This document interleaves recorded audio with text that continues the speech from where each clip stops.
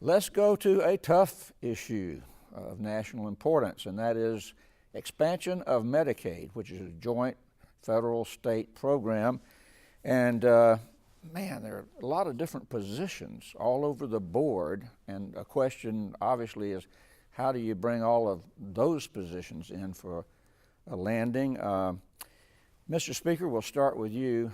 You have been very reluctant to expand the Medicaid program in accordance with the Obamacare approach.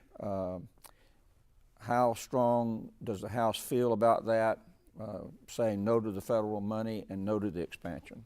Well, I think the House feels very strong about it. We, in the Obamacare package, the one thing that the Supreme Court said that should be left up to the states was the idea of expansion of Medicaid.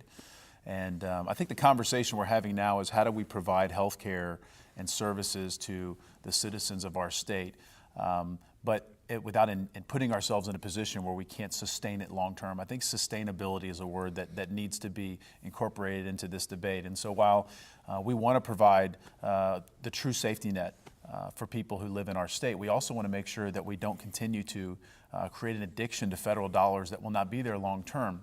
And so our position has been and will continue to be that we don't want to take any of the federal dollars. Part of the reason, though, also is that we have a lot of children that are in the state of Florida that still don't have access to health care. This bill does not solve that. The expansion doesn't solve that. We have an APD waiting list where you have tens of thousands of people with real disabilities that have no access to care. This doesn't solve that problem. Our thought is, before you spend thousands and thousands of dollars for able-bodied working adults who have no children, which is predominantly the people that this money would go to, we think there are other systematic safety net issues that exist in our state that need a lot of attention. And I worry a lot about the federal government's ability to sustain the hundreds of billions of dollars that they're going to have to pay for to expand Medicaid across this country. And I think that the Florida House just doesn't want to do it.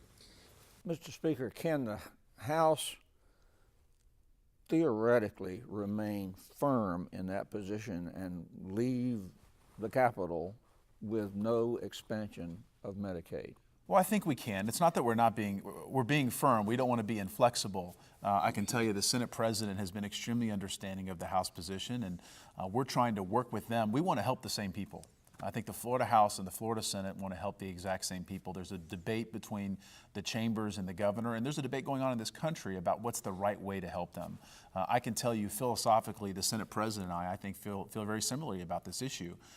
But we have to take, we have memberships, we have entire bodies that we have to work with, and we're both trying to figure out what is that landing zone, what is that place we can get to where we feel like everyone can be comfortable. But I would tell you, sitting here today, the idea of taking federal money, we don't think is something the Florida House would accept this session.